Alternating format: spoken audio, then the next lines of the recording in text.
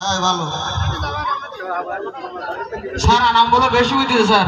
হ্যাঁ আনাম বেশি হইতেছে স্যার। আচ্ছা ও কালকে আসেনি তো আমি কইলাম যে ফাইন দে, তাই আমার চুকার তোকে সোজা করার জন্য একমাত্র হাবু কয় ও আসেনি, আসবে না মনে হয়। হ্যাঁ ও আসবে না মনে হয়। যাক তাহলে আজকে হ্যাঁ হ্যাঁ শান্তি মতন আমরা তাহলে ক্লাসটা করতে পারবো। হ্যাঁ আমি পড়ানো শুরু করতে। হ্যাঁ তাহলে পড়ানো শুরু করে দিই, তোমরা সকলে